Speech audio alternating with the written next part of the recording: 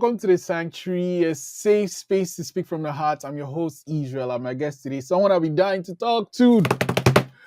OG Mage, the head of state. Yeah.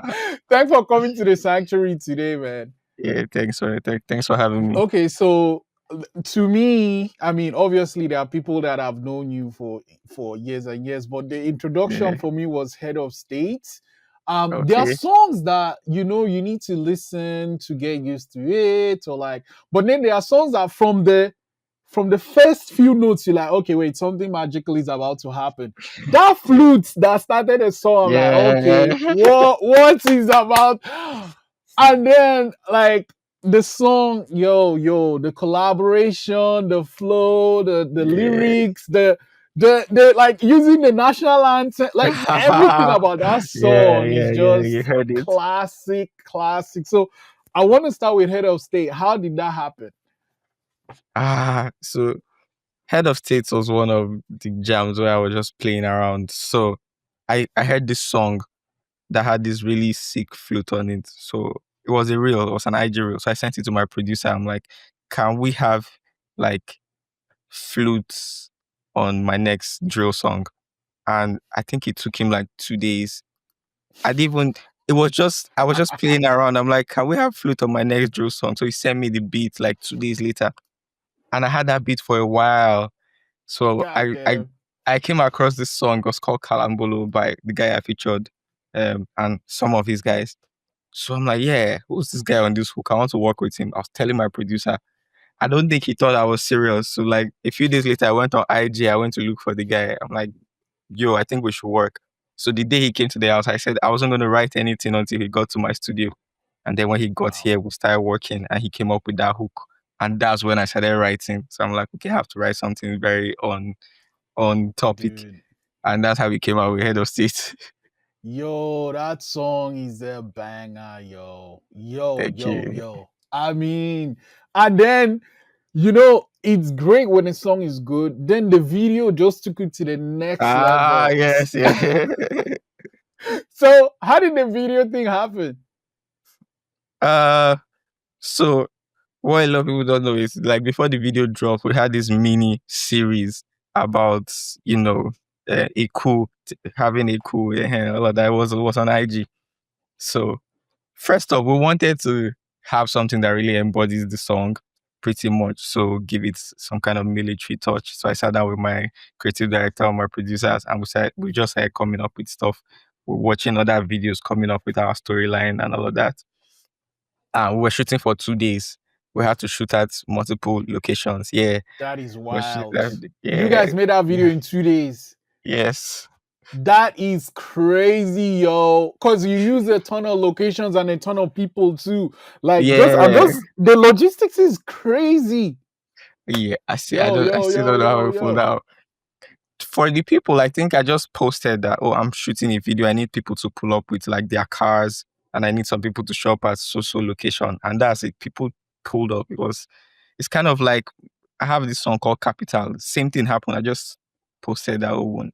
So there's plenty of love from Abuja. Shout out to my people from Abuja. They always pull up for me for things like that. And that's how the video came out. That video is wild. The song is crazy. I still listen to it. I still play it on my radio show. I love it. Thank Let's you. rewind then. Let's rewind before you come back to the present. How did you get into the music thing? Because, like, how? That's interesting because I've I've always been like kind of a music consumer for like as long as I can remember. But when I was in uni, I joined this group called IHN. In his name is a subgroup of another group called WWJD. What would Jesus do? And I joined them because I saw this guy do like it was a rap verse, but he performed it like a spoken word piece. And I was like, yeah, I think I want to do this. So I joined the group, and I think the week after I joined, I was in a performance with them already. So it was like, oh, I hit the ground Wow. running. 2 years later, I was the coordinator of the group. That is That was beautiful. crazy. So it's like I just kind of took off from there. But like, and then did you keep mentioning your producer and stuff? How did that connection happen? Oh, so currently one of the main producers I work with is Danny Dre, and we've known each other since uni. Remember the rap group I talked about? He joined at one time. At that time, he was learning to produce. So, after uni, I used to work with the guy that was teaching him. But after uni, we now like linked up again when I moved to Abuja. And then we just started working since we've known each other from like way back. And it's just been good since then. We have like a very nice working relationship. In fact, we're about to put out a song. He's coming to my house this weekend, so we'll do some shoots. So Amazing. this is Oh my my guy god. guy. Like So whenever I go on Spotify and I see like, cause like I follow you and it okay. tells you when a new song is coming out, I'm always excited. Yeah. Okay. So I mean it's one thing to like now coordinate a group versus okay, I'm gonna do my own stuff and actually Mm, release it to the world. How did you go mm. from there to there? What was the bridge? Okay, so I think when I started, I didn't really know much about the industry or putting out music or anything like that. But this was sometime in 2021. I was flying from Lagos to Abuja for a software project because I'm also a software engineer. And at the airport, I met this guy. His name is Frank. And he just came up to me, asked me if I was an artist. I said yes. So he said that he's like a music exec coming in from the UK looking to work with artists. So we met the next day in Abuja and we talked and I'm like, yeah, this guy has all the knowledge that's I'm missing out on. It'd be good if I can work with him. Like he can show me the do's and don'ts of the industry, that kind of stuff. But at the time I didn't even really have the funds to really push the music. I was doing it like a hobby, but I had my equipment. It was Mm. around like 1 month later that I got the job that started to fund my music. So I called him back. I'm like, yeah, I think we should work. Oh, Yeah. So he showed me the ropes. He helped me put the team together. He helped me plan my first projects. Brought me to the UK for Wizkid's show in 2021. I was backstage even. So it was like from that zero is to freaking 100. dope. Yeah. Yeah. Holy smokes. And imagine that though. That's just like a chance meeting at the airport. Yeah, pretty much. Wow. I mean, when things one thing I've learned in this life is like when it's that thing is gonna happen, it will shall find a way to happen. Yes, I Okay, let's believe get so back too. into the music. Okay, Let's get back into the music.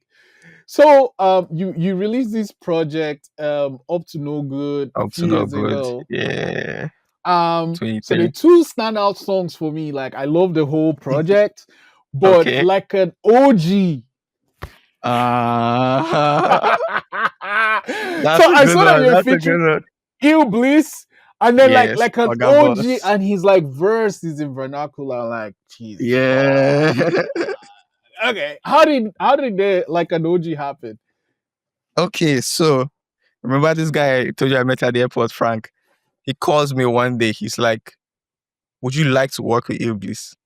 I'm like, like, what kind of question is that? Of course, I would like to.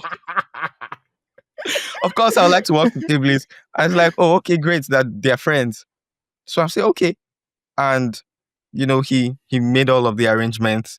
He gave me Iblis's contacts. It's like, oh, he's spoken to him. This is how everything is gonna go. Then I'm in the studio one day and Wow. Iblis video calls me while he's getting a haircut. I'm like, oh whoa, okay. This is actually getting real. So we Yep. spoke. I told him that we're going to be in Ghana in like 2 weeks, but we're going to go through Lagos. We're going to touch down Lagos. So he says, "Oh, when I'm in Lagos, I should let him know." So we're communicating, and when I got to Lagos, that the next day after we got to Lagos, we're only in Lagos for that day, and then the next day we're going to be in Ghana. So he came around to the apartment in the morning, and the plan was to like just spend the whole day with us. We shot a whole documentary. Like we went out to get Wow. food, we went to get ice cream, came back to the apartment where gisting. He called his producer Skita.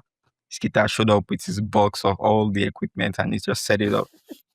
And he just started playing us beats. So, we're going through beats, and I don't know if you know this, but Ill Bliss was one of the people that brought Fino out. So he was saying something about one of Fino's song, I think, is Alobam. There's this way Fino was just shouting out to all these guys from the hood. So it's like he told me I should do something like that. I should like give a shout out to everybody that was there, like from the very, very beginning, not even the now. And then I should Mm. leave the chorus to him to handle. He's going to endorse me as an OG. Yeah, because that's one thing that there was some friction around the OG in my name. So people don't want to call me OG. Right. Yeah. So he laid down the hook like in like after God, telling me that this hook in like is 10 minutes, he just mad. laid down the hook. I was like, oh shit. Yo, that hook is mad. That hook is crazy. You guys did it in a day. Everything was in the day. So after he laid down the hook, he stepped out to go do something. And that was when I wrote my verse. So when he came back, he had not heard the verse. So there's this studio session video I posted on YouTube. When the beat drops on my verse, you see the reaction on his face. That was like genuine first reaction because he wasn't there when I recorded it. And it was a swell song. I love it so much. I love that song. So before I get to the next song that stood out for me in that album, like let's talk about the name OG Mage, because like an OG, where did he come from? And like what was, I guess, a controversy for some people behind the name? So the story behind the name is not really that complex. So from school, they used to call me magician. There was a group of people that used to call me magician, and it was because they'll see me do this thing today, and they'll be like, "Oh, he's good at this thing," and then tomorrow I'm doing something else, and then some. I think one of them was there the day I picked up production. He was seeing me playing around with FL in the morning, and by evening I had these beats, and he was just so shocked. He was like, "Bro, you're a magician." So they kept calling me that for a while. And there's this name I stole from my brother, Ill Mage. And then Mage just happened to also be magician or sorcerer or a wise person. So I just dropped the L and my name became Mage for a while. I put out a song as Mage, and then my profile, there was other artists, music just kept, crashing into the profile, and it was a whole mess. So I'm like, it's either I write to the distros for them to like rearrange my profile, or I change my name. So my last name is Ogaba. That's where the play on word comes from. So the OG is the first two letters. Yeah. But the idea is like among all of the mages that existed, that all our songs were encroaching on each other, I'm the OG. So Yeah. No, I mean, and I think the thing about names is you kind of have to live up to it. And to me, just like I don't know you from anywhere, I'm just some random person online, and I'm like, who is this person? Because that head of state just sends me down your like discography. I'm like, okay, I mean, there are people that have like songs that are dope, and then you go through their other songs and you're like, I don't know. But like there's songs that I'm like, okay, this guy. So let's get back to the song now. The other one I love is Begging. Oh, That beat.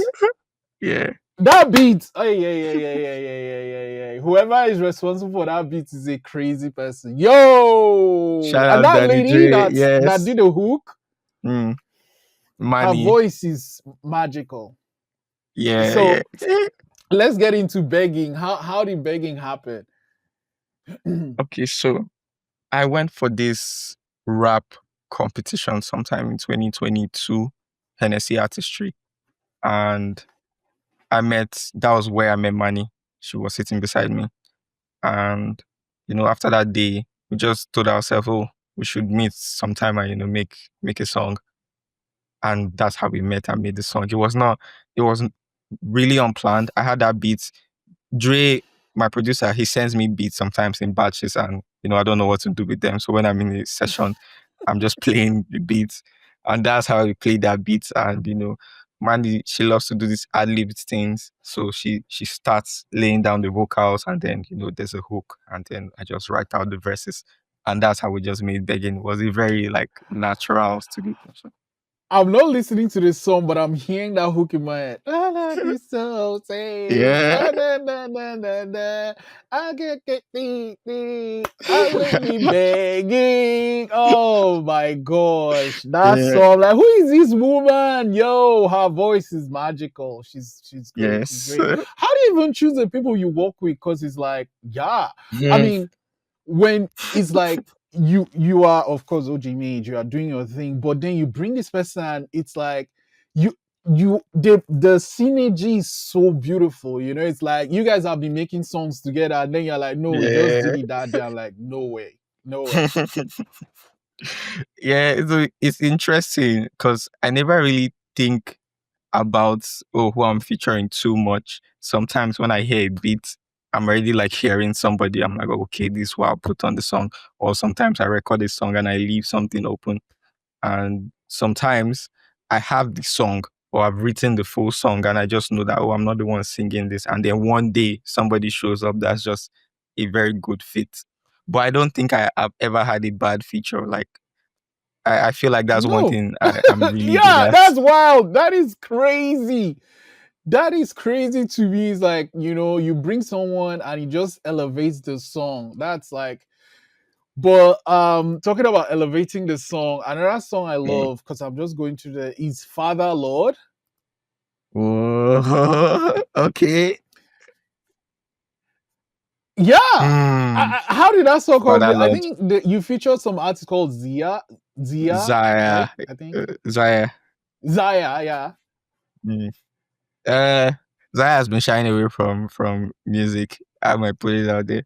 Uh, for Zaya, we've made a couple songs, and she has such a beautiful voice.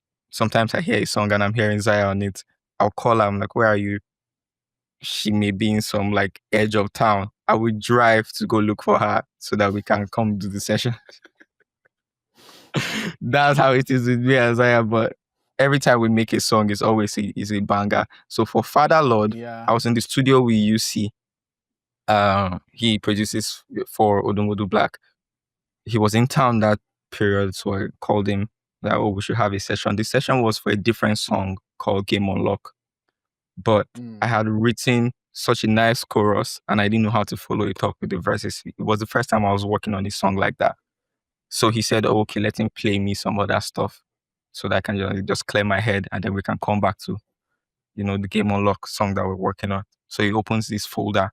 Seems like a very special folder because it was secluded from everything else. And he was playing beats and then he plays these beats. The name of the beat was God Man. I can never forget. So he plays these beats and like everything in me just lit up. I thought it was in my head. Like, I think I'm thinking about this too. There were two guys in the studio. One was even like falling asleep and they both sat up and everybody was like, what beat is this? I'm like, okay, it's not in my head. So I tell UC, can we work on this song instead? UC says, no, that these beats that he's playing for me in this special folder is for when he meets all them Whiskey, Davido, he can play these beats for them and they see the one they like. I say, no, you see, we're making this song. We had to step outside of the studio to go negotiate because he was not going to let it go the way, it was Yeah, not going yeah, to be yeah. the same arrangement with Game Unlock. So we Of step out, course, we of have course, of course. thank God my manager was not there. If my manager was there, that day would have not flown because it's the it's the beat I paid the most money for because I just knew that the song had to happen. It was a very Yeah. spiritual experience. So we get back in the studio and we start. First of all, I usually don't sing on my chorus. I try to put Mm, some mm, melodies in my verses, but it's rare to hear me sing on my chorus. But mm. it was like I started channeling this song from somewhere. When I tell you that even me, I didn't understand what I was singing about at first. And then he's like, oh, you can feature somebody on this song. It doesn't have to be like a big artist, but somebody that really complements. That happened to be a day that Zaya was on her way to my studio. So I'm like, Oh, oh, I have this friend. She's on her way. And she got there in like 5 minutes. She had the verse down. And, it was just synchronicities and everything. It just came together. And that's how we made that Father is, Lord. yeah, I love that song. So, like, I mean, if I have the time, I'm just gonna be like, how did you do this song? How did you do this song? Because like all your songs are just like Yeah, we'll all be the here till songs you tomorrow make are because just there's like in my stories. added list. I like I that. mean, Hot Boy, Far Away, Yawa, like Okay. man.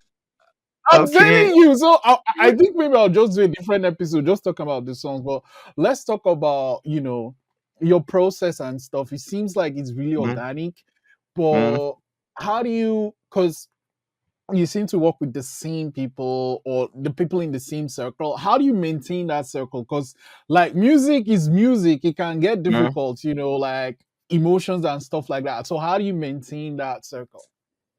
Um, for me, I feel like I'm a very real person, and I kind of attract, the same kind of people. We we understand each other. We have a good working relationship, and when it's work, we know what the MO is. When we're playing, we know what the MO is. Uh, my house is kind of like the meetup spot. So this group of people may come around, this group of people may come around, and everybody's meeting at my place, and that's where the studios are. So there's never a shortage of who to work with, and that kind of stuff. So it's just kind of, i- if I'm in the mood to make a song and someone is around, and see that they're in the mood to make something, I may tilt in the direction of something that would work for both of us. Sometimes it's like, oh, I just want to be in the studio, and I'll call Joe, come around, and we'll just record some music. It's pretty much like that. For the actual process of making the music, sometimes I take 1 to 2 hours to write a single verse, especially when I'm trying to build a storyline and I'm trying to be intricate. Sometimes it just hits me, like fully formed songs have hit me. And those kind of songs, I usually don't understand them until like later. And I see that it's like, oh, something from a higher plane of existence was trying to pass me a message saying this thing, and something Mm. happens in my life, and the song perfectly explains it. I'm like, oh, wow. That's why I believe music is spiritual. Yeah, I know. I mean, and Mhm. it shows. Another thing I wanted to talk about was your cover art. Yeah. Cause I mean, I'm a very visual person. Like obviously the music is nice, yes, but the music videos are dope and stuff. But the cover art for the project itself, how Mm. how like do you decide what's gonna be on the cover art for the singles and your projects and your EPs and stuff like that? Yeah. So it's different for each one. For example, for Up to No Good, I wanted the cover art to be a story. At first, I wanted to do it myself because I'm also a digital artist. But This guy. Magician. Okay, okay, I see it now. oh yeah. So I had this idea because my first project was called Alter Ego, and the initial idea behind Alter Ego is how, like, if you listen to some of my songs, I sound different. If you listen to this, I sound different. It's kind of like the different sounds or the different personalities I have when it comes to music. There's the lover boy, there's the hard guy, and that kind of stuff. So I wanted to have a project that like brought all of these parts together. That was Up to No Good. So that's the three heads you see on the project, on the cover Mm. art. And then behind you see something that looks like Hollywood, but it's written Up to No Good. You see stars falling into Hollywood. That's the all of the planets Mm. and stars in the sky. But then if you look closely at the picture, you see a door beneath, and you see me walking through the door. So while other people Right. use the regular way to get to where they are going, me, I have my hidden entrance. So there's a Right. whole Oh my story on that gosh. artwork. Yeah. So I Yeah, just yeah, yeah. yeah, I told the artist, oh, this is what I'm trying to communicate. And we're just going back and forth. I and the artist, we go way back. We almost started the company together like some years ago, but that didn't work out. But that was around digital art. So it was easy to say, oh, I'm working with this guy. Uh so that's Wow. it. Okay, so do they all have stories? Because like Head of State is another cover I like, but like, Yeah. I'm particular about this song and like. So Head of State was pretty straightforward. So you see two generals facing each other. And we dropped the Yeah. song on June 12th. That's Democracy Day in Nigeria. And we dropped Mm. the video on October 1st. That's Independence Day. Ah, So it's like it right. was very branded like that. So everything military. That was the branding. For Father Lord, I did Father Lord. And Father Lord also has a Oh. story. Yeah, I did the house for Okay, Father yeah, Lord. yeah. Let's talk about Father Lord because I love that story, and it's just kind of like celestial type of thing. The story behind that song. Damn. I see this story. This is a very exclusive story. Why? Because somehow I'm still inside of the story of Father Lord. So it's very interesting Wow. that I tell a story that's unfinished. Holy smokes. So first of all, the Father Lord even coming out when he did was because of one line from the song. There's a line that says, "It's a Jordan year, baby boo is 23." And because of that line, I knew that I had to drop that song in 2023, no matter what Right, anybody right, says. right. My management they kept saying, "Oh, can't we?" I'm like, if we move this song till next year, this line is not gonna make sense, and I'm not changing it. So, so it felt like everything was on my neck to really m- make the release happen. Mm. So I didn't want to have any artists delay the work or anything like that. So I just got to work doing the Mm. stuff. If you notice, the person on the cover art has my hairstyle, the signature buns. I'm not on the buns Yeah. today, but it has the signature buns, but it looks significantly older. Yes, Mm. it's not like my face. It's a significantly older guy. Because, like I said, the song said, "Father Lord, I pray. I really want to know something. You made a shorty come my way. Are you telling me to hold that thing?" Deep inside my heart, I knew that this was not a song for the me of now. It was a song for me sometime in the future because I didn't understand it. That's usually my tell that, this is one of those messages. So shortly after I meet a girl, and it felt like that was why I made that song because I was asking the Okay. same question I was asking on the hook. And everything just kind of made sense. And even when I mentioned it, she did not think that it was far fetched. So it was like, oh, okay, this is, Just come together. yeah, it really just Wow. came together. And if you look at the song or the cover art also, at the top, you see it looks like a celestial figure of a lady. Yeah. Yeah, because it's like something in my imagination that has not yet come to life. And you see the guy looking up. Oh. Yeah, you see the guy looking up to the sky like he's praying. That's the All the while entire I was story. thinking it's like the sun and stuff, but yes, it's actually yeah, yeah, yeah, yeah. Yeah, so that's the Yes. story behind the song and the artwork. Oh my gosh. Oh my gosh. Yeah, yeah. So, well, you do the design. How did you get into design, though? So this goes back to 2007. Somehow we managed to uh, disturb my dad into getting us like this Pentium 2 desktop. And one of the first softwares I had was Photoshop. It used to be two different softwares, Photoshop and Image Ready.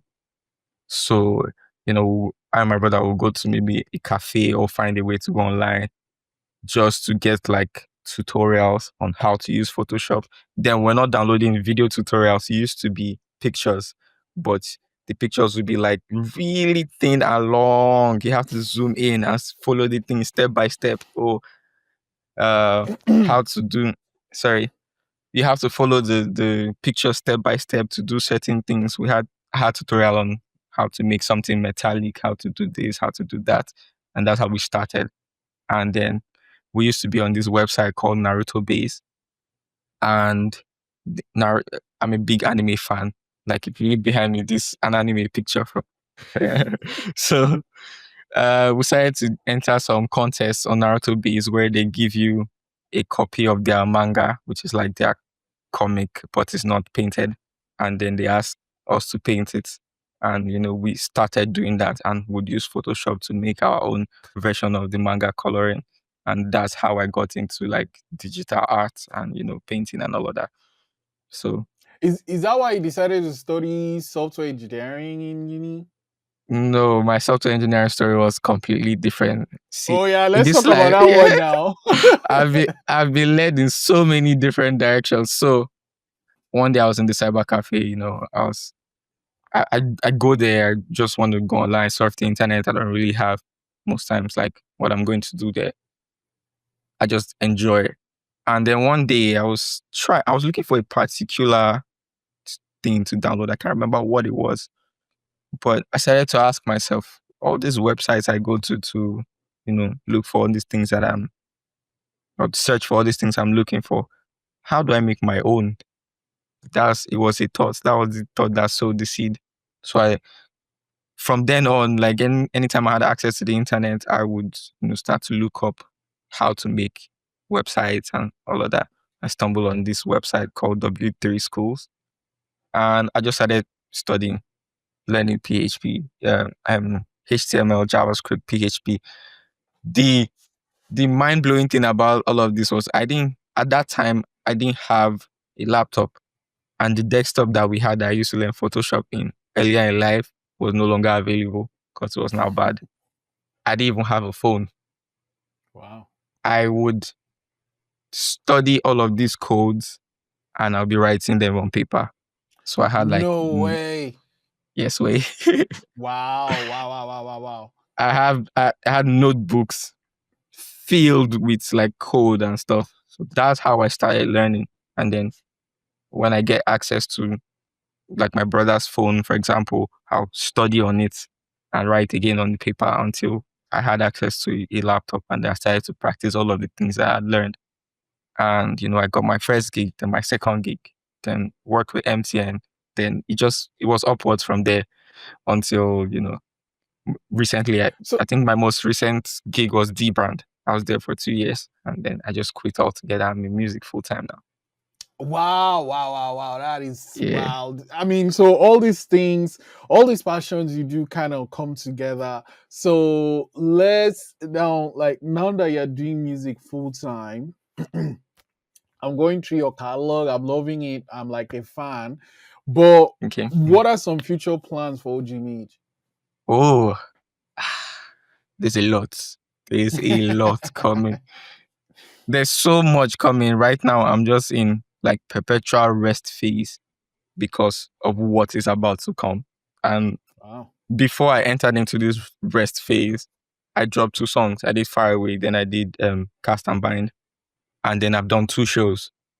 One of them was called The Upper Room, was a listening experience for Cast and Bind. And just last month, on the 24th of last month, I did a live show also. So it's like some momentum has built up. But I'm going into isolation now because I need to rest for what's coming. First, we're going to get an EP called The Calm. Oh. Yeah. And then we're going to How many songs will be on The Calm? I'm thinking 7. Same thing with Up to No Good. This guy. Okay. Yeah. And then after The Calm, let's see, 1 year after The Calm, in that 1 year, I'll probably drop 2 to 3 singles. But after that 1 year, we're getting The Storm after The Calm. Wow. That project is going to be big. I can already tell you for a fact now that Skills is going to be on it. I don't know if you know Skills. Yeah. That is wild. He's going to be on the project. This song is already recorded. It's called Good Time. Oh my God. Yeah. Oh my God. This guy. Okay. Yeah, I mean, like I really, really appreciate you giving me so much of your time. I know you have a lot of going on. So I want to end it with this question though.